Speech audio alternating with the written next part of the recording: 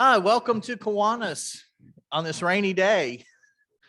Last week I got away with not having to make any bad news, but this week it looks like we have a couple of announcements. Our condolences to Sheri Dillon. I understand she lost her father on Tuesday. If we have a card that we'd like to pass around, please. And our new member, Don Evans, just emailed earlier to this morning and said he had a loss of a family member as well. And got some good news. Bob Rutherford had hip replaced on Monday, and I think he's doing really well. So do have some good news on that.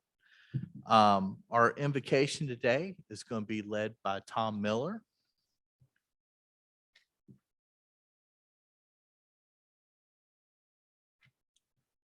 Let us pray. Dear God, creator of us all, we come to you this day with a plea of let there be peace on earth. We think of the images that we see as we watch television broadcasts of those in Ukraine and the difficulty that they are facing at this time. We would ask that clear heads please prevail so that that conflict can be brought to as quick and swift a resolution as possible, and we can spare the Ukrainians and others any more suffering than is absolutely necessary. Lord, we probably should be saying, let there be peace on earth and let it begin with me, because if we followed that prayerful plea, we would do a better job on our own here, maybe in our own country, trying to promote less divisive discussion, divisions that make us have ongoing issues in our country that we should be able to resolve. So we not only ask for peace for those a half a world away in Ukraine, but for peace here in our own streets. Lord, Kiwanis is a wonderful organization that is worldwide and promotes unity and bringing people together. And so, especially here this day at Kiwanis, we ask that you keep us mindful of that and try to see to it that all things that we do in every aspect of our lives are meant to serve others and to serve you most importantly. We ask that you bless this food that's been prepared for us today, that it may nourish our bodies and help us to live lives on this earth that would be pleasing to you. We ask all of this in your holy name. Amen. I guess I'll just stay here because I'm doing double duty today. I'm leading the music. Gary Dirk couldn't be here, so we've swapped. He's going to take it next week. It's hard sometimes with the kind of topics that we've been having recently to come up with a song that matches the program. We did Let There Be Peace last week, which was very appropriate. So I'm looking more toward Kiwanis and our current activities that we've got going on. And I wrote something called My Old Kiwanis Home. Oh, the sun shines bright on my old Kiwanis home. 'Tis springtime and Cape Had tickets are in bloom. We'll watch the horses run, then we'll all join in the fun on May 7 as we flip, bake, and brew. A drive-through at the Berglund Center, pancakes, sausage, and a cup of Joe too. Oh, we sing this song for my old Kiwanis home, where we serve our valley all year long. Go Gravy.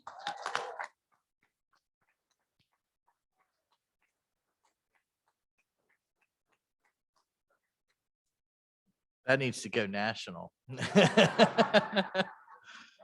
Our Pledge of Allegiance today is going to be led by Joyce Montgomery. Please join me in the pledge. I pledge allegiance to the flag of the United States of America and to the republic for which it stands, one nation, indivisible, with liberty and justice for all. Thank you. Y'all can be seated.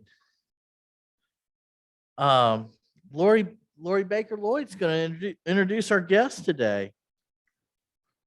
I've never seen somebody have so much fun doing it. Good afternoon, everyone. Good afternoon. Today we have one guest. Can you hear me? Okay. Oh.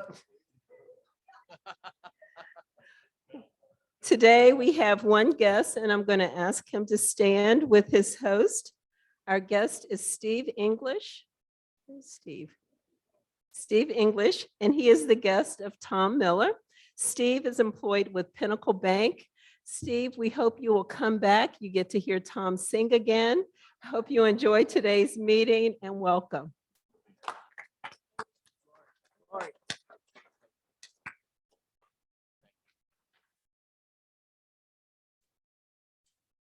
All right, we got some announcements to make. We had a few of our Kiwanians went to Williamsburg for the Capital District's mid-year highlights. I would invite those Kiwanians to come on up and tell us about it.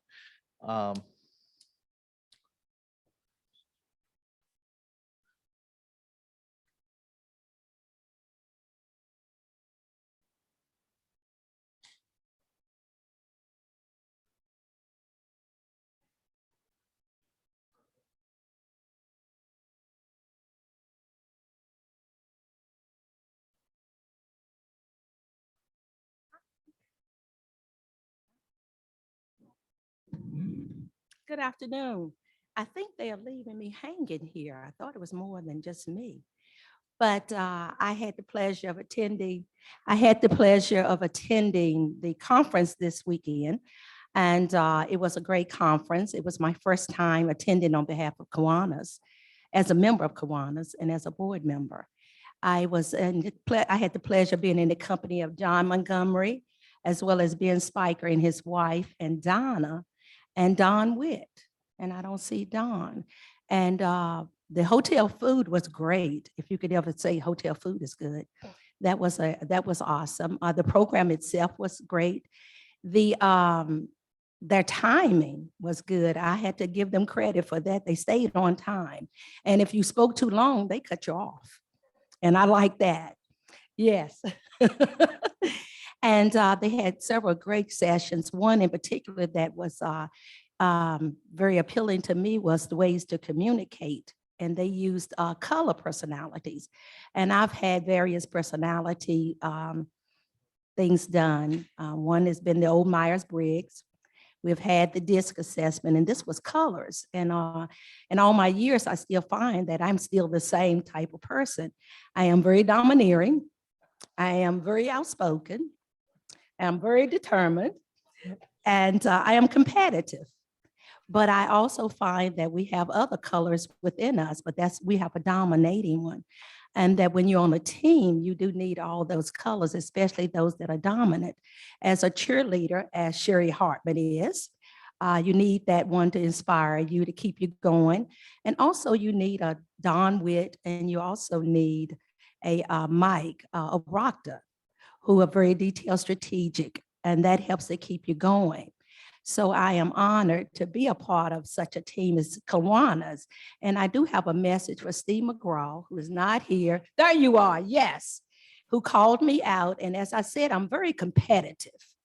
And so I want to let him know that the Secretariat will win. And that if you read the story, or if you heard the story, that is all in the jockey. And that the person was very petite, and they had to be small. And what am I? Petite, small. Yeah, JC is just there to root me on. He is my cheerleader. So yeah, so thank you.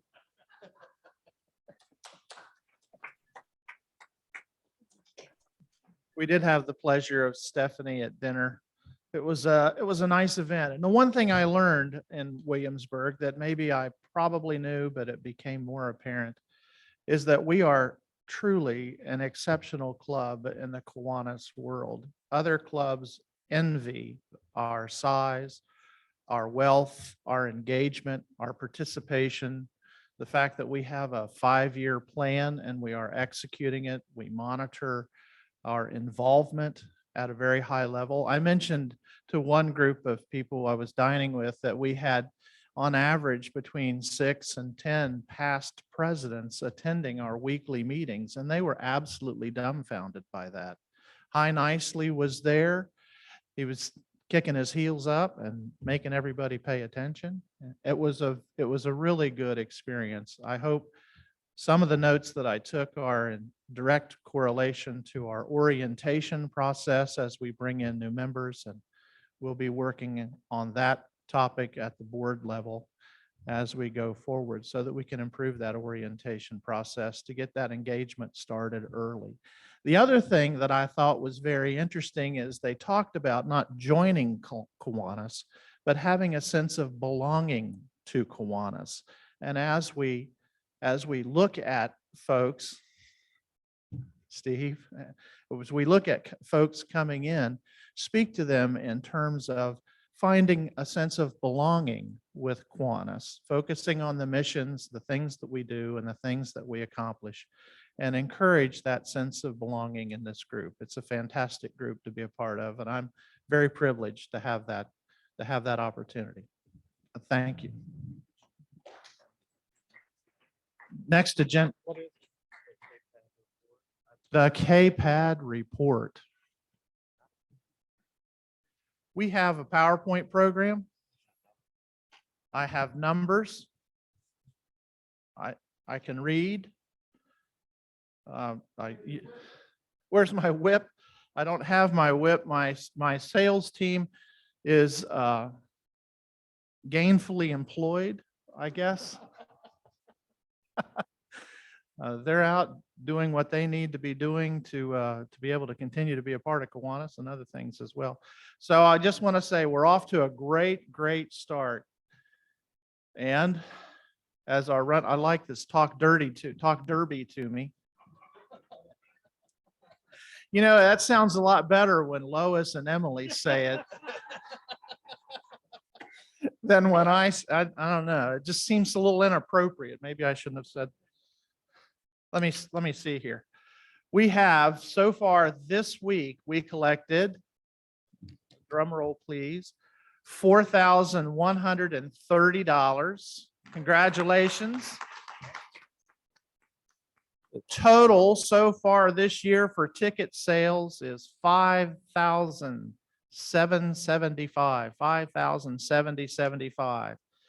Now, the leaders this week, as the slide indicates, the consortiums, am I saying that right? Yeah, the consortiums led the race this past week with $1,600 contributed.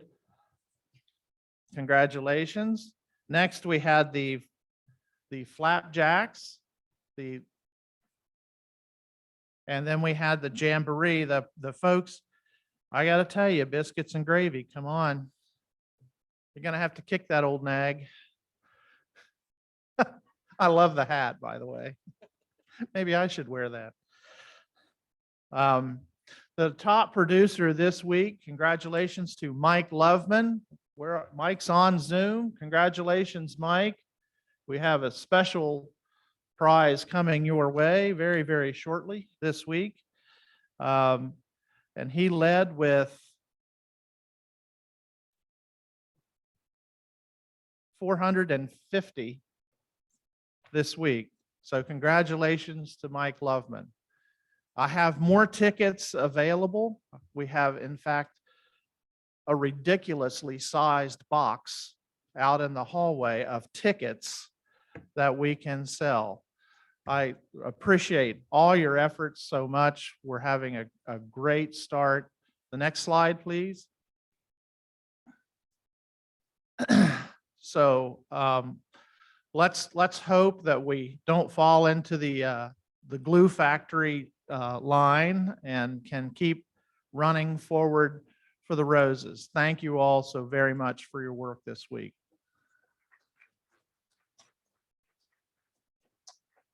Anything else? I think you're good. Okay. Thank you, guys. I'm going to invite Dr. Sheri Hartman, Citizen of the Year, to come up and talk about March 19th cleanup.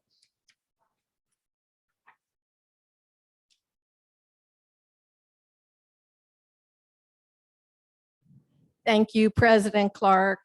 Listen, other teams, this is just the beginning of the race. You ain't seen nothing yet. Those sea biscuits with gravy will bring it on.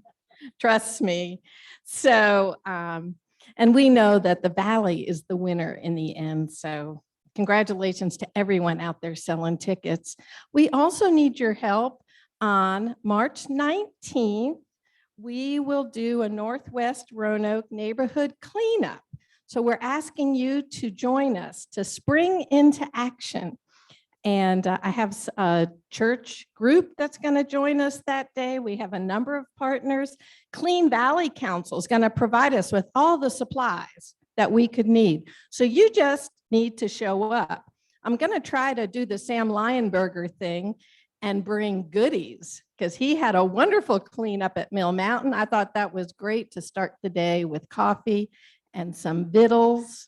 So we'll do the same, arrive at 9:30 and snack with us, register, come and learn a little bit about the nature park, and then we'll disperse throughout Melrose Avenue and Cove Road so that we can reduce the pollution that we're finding in Horton's Branch, which is right adjacent to the playground and the future nature park, one of the most polluted bodies of water in our Roanoke Valley. So we look for your help that day. The location is 2502 Melrose. I have a flyer about it. Feel free to share that if there's a group that you meet with that might be inspired to join us. And then if you would take a look at our sign-up sheet that we've got at the middle of the table, and please put your name and email address on there so that I'll know to get you the information, the updates, and expect to see you on March 19th. Thanks so much. Thank you. Is Jackie Bledsoe on Zoom? I think she might have an announcement about our prayer breakfast. I'm on Zoom. Can you hear me? We can. Okay, just a quick reminder. I know you all may get tired of hearing me say this, but I'm going to do it every week. I just want to follow up on Tom Miller's wonderful prayer that if there's ever a time for praying for peace and healing in a changing world, it's now. And there's power in conscious community when people get together for the same reason, and the prayers are really powerful. So we invite you to our prayer breakfast on May the 5th. Tom Miller does have the tickets. They're only $8, so bring your friends, come. We're going to have, we do have a soloist, Marge Ratliff from my church is going to sing. She has a beautiful voice. And the breakfast is always wonderful. Amy always does such a wonderful job. And it's just a wonderful time to communicate with each other about, what's going on and to pray for the peace that we all want. So I urge you to see Tom with requests for tickets. And while I'm on here, may I make one more announcement, Clark? Just Sure. real quick to remind my readers, my scholarship readers, that they're going to pick up their applications on March the 19th in the boardroom at Center in the Square. Tara Merceniak has graciously offered us that room from 10 o'clock to 1 o'clock. So make sure you're there to pick your applications up for the readers, okay? And the people that are picking up applications from the school on Monday the 14th, please get them to me Wednesday the 16th so I can get them to the printer that day, because she has to have 2 days to get them to me on Friday. So anyway, appreciate all of your volunteering for both of those committees. Thank you. Thank you, Clark. Thank you, Jackie.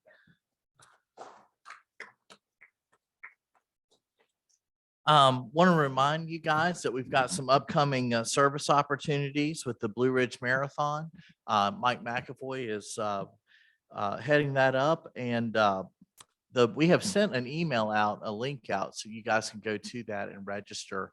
I think there's some fun opportunities going on with that, so I'd love to see you all do that. Also, want to make a comment that our Reboot Committee is going to be meeting Thursday night at 7:30 on Zoom. We'll rediscuss our COVID policies. And then we're having an officers meeting Friday morning at 7:30. And then our board meeting is going to be on Monday, that following Monday. And we are meeting at the Water Authority. Is that right, Mike? Water Authority is open and we are meeting there. Great. I do have another announcement I want to make. It's the Kiwanis Kids Fishing Day is going to be Saturday, April the 30th at Hope Tree Family Services in Salem, around 9:00 a.m. to 1:00 p.m. If you want to show up early and help get the fishing poles out and ready at 8:30, we'd appreciate that as well. And Mike Bell has got sign-up sheets on the tables for you guys. So if you're interested, please sign up for that. I'll come around and pick them up after the meeting. Is there any other announcements that anybody needs to make or would like to make? Come on up. Hi.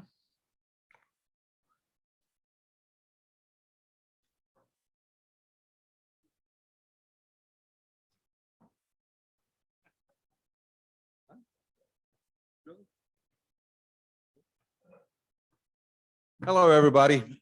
I'm delivering today Ducky Derby tickets. And Ducky Derby, as you all know and have participated in over the years, is one of the largest fundraisers we have in the Capital District for our children's hospitals. We have 9 in our footprint. We're going to be adding something out of West Virginia now that they're one of our brethren.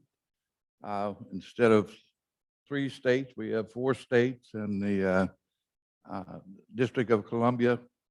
So we've grown, we're over 4,000 members now in the Capital District. So we need everybody to buy Ducky Derby tickets, grow our funds for the children's hospitals. We support the one here in Roanoke every year with about $3,000 or $4,000. So anything you invest comes back to your community. So please buy Ducky Derby tickets. One little tidbit of information. Over the last 9 years now, either Botetourt Club or Roanoke Club has led the Capital District in Ducky Derby ticket sales, except for this past year. And this past year, when this club raised over, I forgot the number now, but they sold over 900 tickets. Came in second. First time that our area didn't win the Ducky Derby ticket sales. So let's pick it up this year and get that back. Thank you. Thank you. Looks like we have some time for brag bucks. I know Wendy has a brag for us. And I think Vern Danielson has a brag on Zoom as well.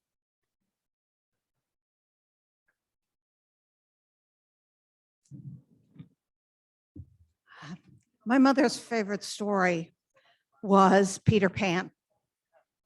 And yes, I had a brother, Peter, and a brother, James, for James Barrie, who was the author.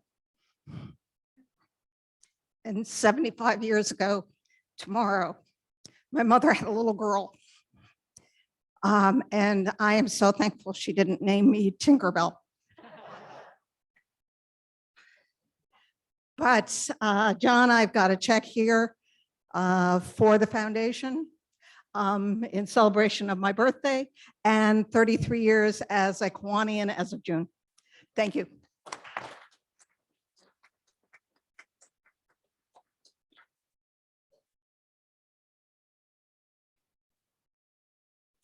Hi, everyone. I'm Jean Bollendorf. I'm going to do 2 short brags today. I put some notices on the tables about SML Gives Day. That's a 24-hour giving campaign. A lot of you remember Roanoke Valley Gives Day, which we as Kiwanis participated in the past. And that campaign is done. The foundation isn't doing that anymore, but some organizations in the region decided to get together and do Smith Mountain Lakes Give Day. So that is next Wednesday. And it's a 24-hour online giving. We are participating. There's some other great organizations participating as well. Ronald McDonald House is one. The Pack-a-Sack is one. I know we've supported them in the past. So I encourage you all, if you can donate on that day, to do so. And then the second thing is I'd like to invite everyone tomorrow night, if you're not on the Reboot Committee, like to invite you to join Virginia Children's Theater for our season reveal. It's a free event. It's open to the public, and we will be giving some performances and revealing what our next season's shows will be. We're having that at 7 o'clock at North Cross School in the Fishburne Auditorium. Thanks so much.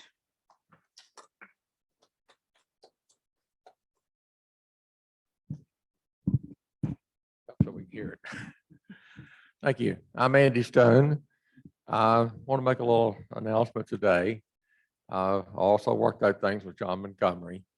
And what we've worked out is if you want to make a contribution that goes to KPAD and make it tax deductible or from your IRA, which is what I'm doing, I have to make a minimum distribution from IRA. If you make a check out to the Kiwanis Foundation for $250 or more, he will run it through and it ends up in the KPAD total. So it's a great way to approach people who not interested in pancake tickets or may have another way to do it. And I hope to, so here's my check for $250 to start it off. Thank you.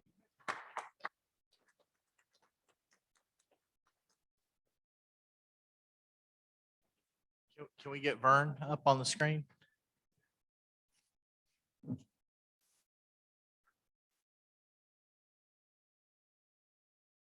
Can you hear me okay? Yeah, we hear you great, Vern. Okay, I have just a short brag. Some of you may remember a dedicated Kiwanian from the Richmond Club, Mary Murphy. Mary was a lieutenant governor in the same year that I was, over 20 years ago. And today is Mary's birthday. And I correspond with her regularly and maintain contact with Mary. And she has 32 years of perfect attendance in the Richmond Club. So we'll brag today on Mary Murphy.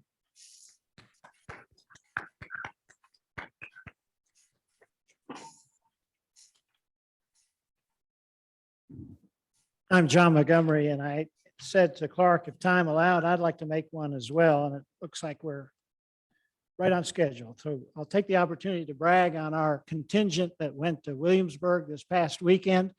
It was very gratifying. I've been a trustee, as you know, for several years. And of this particular conference, I was there as a member of a committee, the membership committee for the Capital District. And it was nice to sort of be in the background and observe.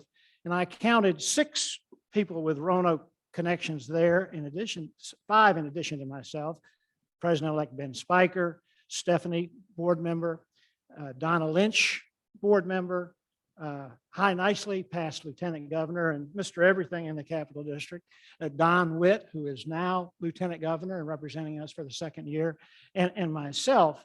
And I can tell you that Joyce has been a supporter of mine through Kiwanis. She's probably been to more district activities than I have over the last 25 years, or close to it anyway.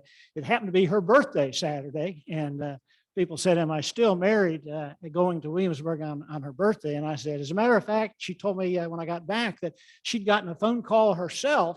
There were so many charges on her charge card, they wanted to make sure it wasn't being misused. So apparently Joyce had a better time in Roanoke than I did in Williamsburg, if that's possible. But I did hustle back Saturday night. I made a 24-hour trip of it, which it's further to Williamsburg than I remembered. And I had naps at Toano, Short Pump, Ivy, Lexington, Botetourt. It took me longer than it should to get back from Williamsburg, but I was particularly proud how as Ben eloquently expressed, Roanoke continues to be the star of the Capital District. And now that West Virginia is part of it too, there's 175 clubs. And we're proud of our reputation, and kudos to the people that represented us officially this time. Thank you.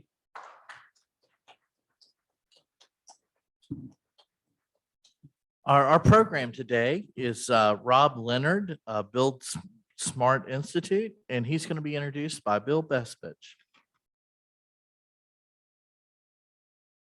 Thank you, President Clay. Rob Leonard is with us today to talk about the crisis that he sees in the workforce pipeline of the construction industry. He's the director of Build Smart Institute, a construction education facility located here in Roanoke. He has more than 40 years' experience in the construction business. He's dedicated to sharing with others his overall construction knowledge, as well as his expertise in construction process, construction means and methods, efficient project management, better buildings, and building science. He has numerous certifications and accreditations. He is involved in his personal life with fundraising for multiple charitable organizations and enjoys spending time with his wife and family. Rob lives a sustainable, self-sufficient lifestyle in Franklin County and participates in hiking, cycling, running, gardening, and beekeeping. And he's helped us today with our fundraising by taking advantage of our standard discount and getting 6 K-Pad tickets for $25. Rob, please welcome Rob to the podium.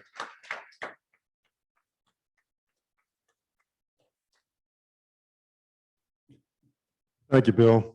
Thank you, President Clark, and members of the Roanoke Kiwanis Club. I appreciate that. And thanks for having me here today. I really do feel honored and privileged to be able to talk with you all today a little bit about some of the things that I do, especially with this organization that I got a chance to look under the hood a little bit in the last few weeks. I was on a Zoom call a couple weeks ago, and it's really amazing the work you all are doing. Just your generosity, not only in financially, but the generosity of time, which is the most valuable thing all of us have, frankly. So it's been really, really impressive, and I appreciate you all inviting me here today. And thanks, Bill, for your invitation. And I'll just say real quickly with regards the invocation, you all are doing it. You know, you're contributing to the greater good and to what this, what's going on globally and locally. And I saw a study this morning where they said that the United States is the most generous country on earth. And it's with things like this that really make it happen. So appreciate y'all invitation here today. So I'm here to talk about Build Smart Institute. And just a quick little context is I've been officially doing construction for almost 41 years. And prior to that, I was working with these two things at the end of my arms. And back when I was growing up in the 60s and 70s, they considered us the dummies, because we put in the shop class and thought of kind of lesser than and things like that. And so there was a lot to overcome by way of that through the course of my life. And I've been really fortunate to have good mentors and sometimes not so good mentors. And I learned from the good mentors how I wanted to be, and I learned from the bad mentors as to how I did not want to be. But one of the things is I got a lot of affirmation, and I've had a lot of good fortune and been really blessed to kind of propel within the industry. And that sets just a little context for, I've done a number of things over the last 4+ decades with all types of construction, residential, commercial, industrial. Just worked in the field a number of years, went through a bunch of different management levels and owned my own business for a number of years, helped innovate a variety of products within construction. And the one thing that I always wanted to do is figure out a way to give back to an industry that gave me so much. And so in 2018, Gary Fiesel, the owner of F&S Building Innovations, called me by way of somebody that works for him currently or did work for him, and said that wanted to talk with me and said, So I went in and talked with him and I said, well, what's on your mind? He said, well, I want to start a construction education facility. And I said, well, that's great, man. I'm all for that. I said, what do you want me to do? He goes, well, I want you to figure it out. And it was like a lightning bolt went through me. And I thought, as I was explaining to even Sam Leinberger ahead of this, I said, this is like my 5th startup I've been in. And my wife of 41 years this year, she said, you want to do another one? You want to figure out another startup? I said, I think I have one more in me, and this one means the most of all of it to be able to do it. So Belspot Institute, we actually consider ourselves a higher education option and workforce solution resource center. So we're not just exclusively a technical education facility. We try to provide workforce solutions, and we consider ourselves higher education, just like the Higher Ed Center, just like Virginia Western, just like Virginia Tech, UVA. It's just a continuation of where somebody properly belongs and where they're going to best thrive in their propensities. So we help to be able to extend that. Excuse me, I literally walked over here today. I think it took me 10 minutes. So we're right over in Gainsborough Road here in the Northwest. We invite you all out any time for a tour. Just reach out to me. I have cards and information on the front of the table. But so we create workforce pipelines for the construction industry. And one of the things that I was very fortunate to have, I grew up in Philadelphia, Pennsylvania, and the school district I went there, they were really pushing everybody into 4-year college. And all I wanted to do was work with these 2 things at the end of my arms. And I said, you can talk all you want. I figured out their game. I memorized a bunch of stuff, and I take a test, and I can go out and build stuff, which is exactly what I did. So I was very fortunate to have a mentor in the World of Construction course back then named Colonel Steve Zalomi. And he told us back in the 1970s when I was in high school, he said, you are the doctors of the future. And I'm thinking, I thought I was one of the dummies. And he said, no, here's what's going to happen. Shop classes are going to dissolve. They're going to push everybody into 4-year colleges. They're going to stigmatize the industry, and nobody's going to be here to do the work at the turn of the century. And I never forgot it. And he showed us how we can do better and move through an industry that's very rewarding and can be very lucrative. And that's exactly what happened. So the numbers really tell the story. We're in extreme deficit right now with what's going on. The workforce in construction industry is getting older. Workers age 55 and over make up 25% of the construction workforce based on the statistics, and young workers are not making up for those that are aging out. And we've seen this not only in the construction industry, but throughout all industries really since the mid-'80s. And you can see this is the average age through 2017, and this is the trajectory that's happening. So a lot of industries are seeing this, especially in some type of a skilled trade. So what's the average age of a construction industry employee in the state of Virginia? Anybody want to venture a guess on that? Close. It's 41 to 44 years of age, depending on you ask. And then if you actually include middle management, it's closer to 50 years old. This is average age. This is median age. This isn't upper level. This is median age. And this continues to go up. And we got to get this trajectory to go the other way. It's in high demand. 80% of firms report having a hard time filling hourly craft positions.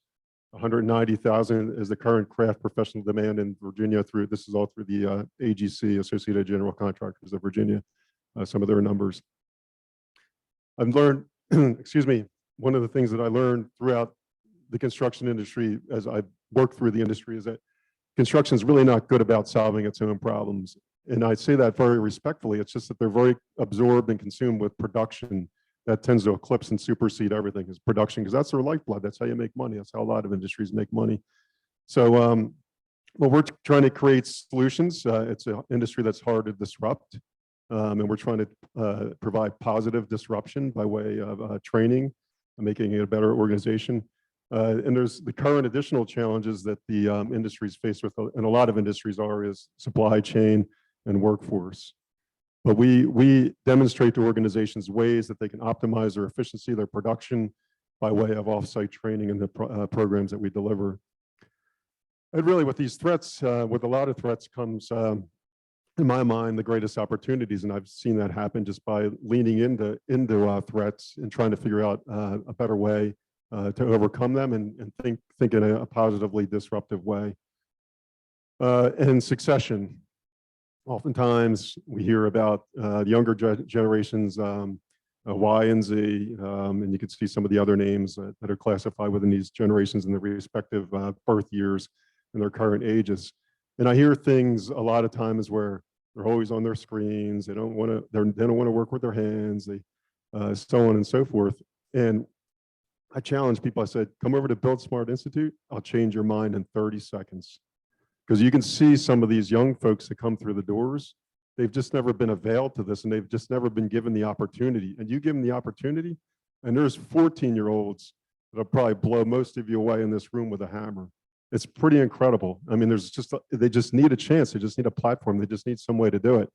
And one of the things that we do as part of what we do at Build Smart Institute, so we not only have technical programs, we have mentor training programs. And the way that came to be is I went through the plumbers a mentor training apprenticeship in the early 1980s in northern Vermont when I lived there for several years. And I had a mentor that was really good technically, and he was one of the biggest jerks I ever worked for. And I said, you know what? I'm never going to be like that. And so when we started the school, I said, we need to have a mentor training program. And in the mentor training program, we demonstrate the value of diversity in the workplace, including generational diversity. And the other thing to remember is if we're not all in on these successive generations, we're planning to fail, because that's our future, whether we like it or not. And I remember even my grandfather said, and through the course of human history, folks have always been concerned about successive generations. And even my own grandfather said, you kids are never going to make it, and blah, blah, blah, blah, blah. And it's like, my own grandfather, you know? We need to change that mindset. And we're doing it at the Institute with bringing these young folks and creating succession for our industry. And really, as we unpack it, and we do a lot of study on generation Y and Z, they just want a clear pathway. They want to know that advancements gained by performance, not seniority. They're not afraid to start at the bottom. They just want the pathway. That's how we engage with any employee, is show them the pathway, invest in their future, show them a professional development path, demonstrate they can have multiple roles. They're very good at multitasking, these younger generations, and emphasize career path is customizable, cross-training, and recognize that Gen Zs enjoy mentorship, a learning pathway. And in the construction career, there's a lot of ways to get there. You can get to senior management positions and even entrepreneurship through starting in a trade school, advancing through the field like I did. I never got a college degree, but you can come through the field, you can come through getting a degree, and there's a hybridized path to get there. And that's the beautiful thing about the construction industry, is there's so much opportunity out there, and there's so many latticed and stepped ways to go to where you want to go. And that's what we provide over there. We have a lot of affiliations, trade organizations, private companies, that we demonstrate to the individuals a mapped way to get them to success and really delivering to the industry. We do it virtually, classroom. We have hands-on learning, blended learning options. Our core class, which is the starting point, the folks through our 90-hour program come out of there with OSHA 10 cards, Home Builders Institute certifications, NCCR nationally recognized certifications, first aid and CPR card, and the knowledge and skills competencies of what they've accomplished. We always emphasize safety. We go through 74 different tools that we put in their hands in our entry-level program, talk to them about proper lifting and ergonomics, applied math. A lot of folks in the academic setting that are kinesthetic learners and want to work with their hands, it doesn't make sense. So we start to make sense and show them how it applies in the real way for them. Variety of construction drawings, and then employability skills, critical thinking, soft skills, how to get a job, keep a job, find a job. And then their skills, their competencies, transcript. And at the end of the day, they get these respective certification programs within 90 hours. We do it in 3 weeks, full 5 days a week, 3 weeks in a row, or over a course of a semester. And then they can just keep stacking on through a variety of programs that we offer, apprenticeship programs, and they can pick their various trade crafts and just keep stacking on. And that's what these younger generations want, is a demonstration of where they can go. We have professional development programs, crew leadership, supervision, and project management. Again, the Apprentice Mentor Training Program for helping anybody in a mentor role. Anybody's a mentor if they have somebody reporting to them. That's really the true definition of a mentor. You have somebody reporting to you, you're a mentor. You're offering them some guidance. And unfortunately, the folks that are in the construction industry, and myself was included for a number of years, We were never given those skills.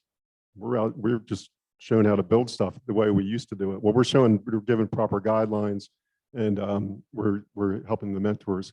The other thing we demonstrate is all the technologies, building integrated modeling systems, various CAD, Revit models, 3D models. So we're demonstrating to the young folks there's all these opportunities, drone technology, various VRs and mapping, and the variety of different things they can go into a technology, all part of the construction industry that a lot of folks aren't even aware of, that there's literally thousands and thousands of jobs within the construction industry that they can advance and grow into. The drones and the tablets, total station, there's various things to the building integrated modeling that they can actually lay out buildings now. 3D printing used to be just kind of a concept a few years ago, and now they're actually 3D printing buildings. The very first residential building was printed right here in Virginia through a Habitat for Humanity project earlier this year.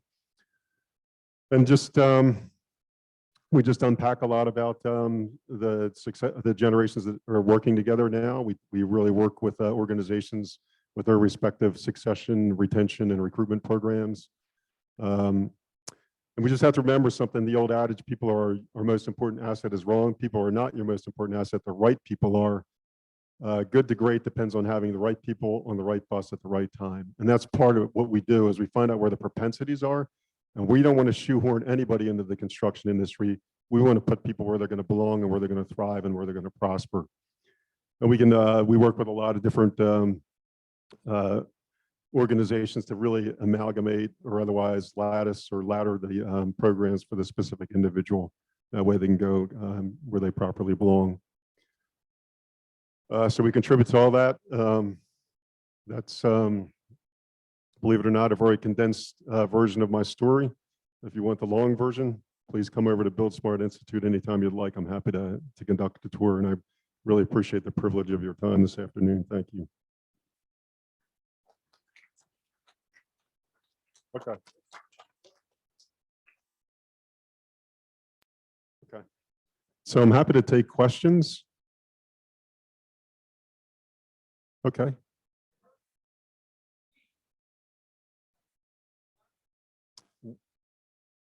So the question is that I use the word we a number of times. So generally, in this world, we is how we get things done. You already know that here. I don't need to tell you all that. Collaboration is what rocks. But over at the Institute, the way we get it done over at the Institute is we essentially have 4 staff members currently. So it's myself. We have a lead instructor, Wesley Codner, who I've had the privilege of working with for the past 21 years in a number of different venues. We have another full-time trades instructor, and then we also have an administrative coordinator. But aside of that, we have a number of adjunct instructors that come in, and the adjuncts are there to give specific relevant instruction. So we're the thing that we dispense is we're construction folks that became instructors. So we're just not sitting there monotone reading out of a textbook.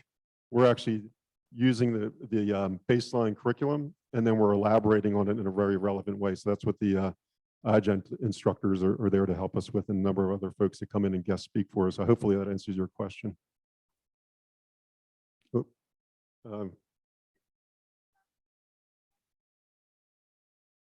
The question is, do we have tuition costs? Yes, we do have tuition costs, and they vary. We have a price sheet, so we can share that price sheet with anybody that's interested. So we have so many courses, and we have a course catalog, by the way, up front here that lists all of our courses. So we'd have they're not printed in the course catalog because they're a little dynamic. It depends on the enrollment. Depends on the course, and it depends if there's any level of customization on the course. And as a little continuation to the answer is, we also have what we call the Build You Scholarship Program. So it's a scholarship program. We work with a variety of organizations like Virginia Career Works that help us with find funding for individuals. We have some private donors that help out. So there's a few programs that we're fortunate to have to help people with tuition assistance if they need it. Hopefully that answers your question. I have a question. Can you hear me? I'm on Zoom. Okay, I'm Jackie on Zoom. How many women are entering the construction trade? That's a really good question. How many women are in the construction trade? So that's a really good question, and it's great that you ask it because this is actually National Association of Women in Construction Week. They're actually having a social at Gentry Lock next or tomorrow evening from 5:30 to 7:30, and anybody is really invited to come. But it's National Women in Construction Week, and generally we find throughout the construction industry it's about 4%.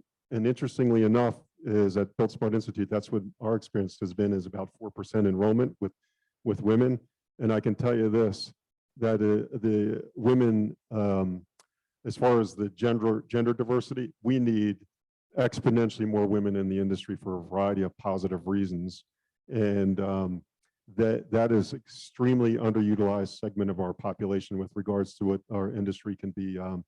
If we were to up those numbers and we were triple and quadruple those numbers, the workforce in the industry would probably be solved overnight. So we really need to drive back the stigmas around women in construction, because I've been fortunate to work with several women through my career, and I can tell you what, it's been some of the best experiences professionally that I've had. But very good question. Thank you. Well, I asked that because I have a granddaughter that is a TIG welder. She is fantastic.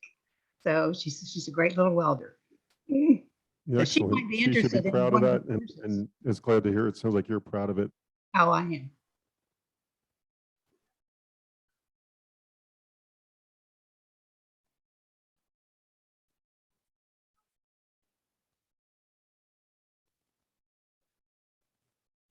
Excellent question. So the question is, do you have to have experience to enter our courses, and do we ever flunk anybody out? You don't have to. You can have zero experience, whether you're 14 or 70. You can come in and go through an entry-level program, and we work very hard to make sure nobody flunks out.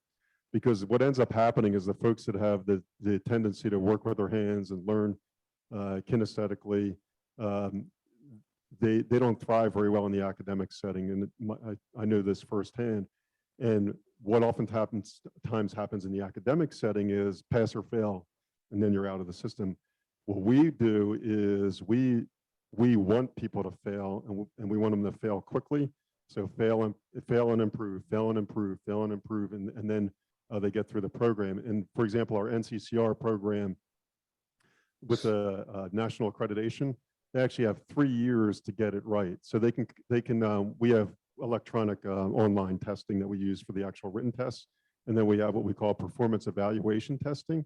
And they have 3 years to get it right. So if they don't get it the first time, they can just keep coming back until they get it right to get their certification. And frankly, at the end of the day, if they've put something in here that they can translate into their hands and then it walks them into the career, then they're not failing anyway. So hopefully that answers your question. What's the oldest person you've had that's gone through the program? Oh, Challenges of the supply chain right now. From your perspective, do you see that continuing to be a problem, continued shortage of basic materials, or you think that's going to get resolved? That's a huge question in terms of supply chain. So I think it's solvable, and I think it's solvable through innovation, and that includes various different materials that haven't been really explored deeply yet. And again, like I said previously, and this is no disrespect intended, is that the construction industry is really bad about solving its own problems a lot of times. A lot of times they say this is always the way we've done it, and they don't explore other alternatives. So for example, prefabrication, alternative materials, alternative methods, things like that. That's going to be a contribution to supply chain as supply chain issues. Now, to the credit of the construction industry, they're very resourceful and they're really good at problem solving. So I think they're going to figure their way through it in some creative ways that we haven't realized yet. But it's going to take a while, and oftentimes economic woes like we're experiencing with inflation right now, that can be the motivator for trying to figure this out. So hopefully that answers your question. Oh, we got one more, I guess.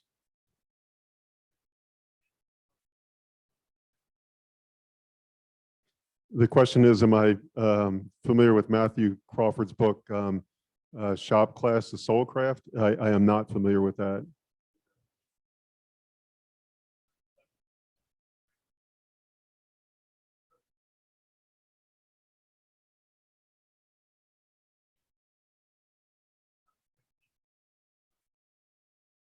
So thank you for that recommendation of the book. And just a quick comment on that is years ago, decades ago, most people in public school systems or school systems, they were engaged in shop class, excuse me, and they knew the value of right brain, left brain learning and project-based learning and the confidence that it built. And then everything just kind of pivoted in another direction. And that's why all these things kind of dissolved under our feet, you know? Thank you. So anyway, I think the stage hook is being pulled around my neck.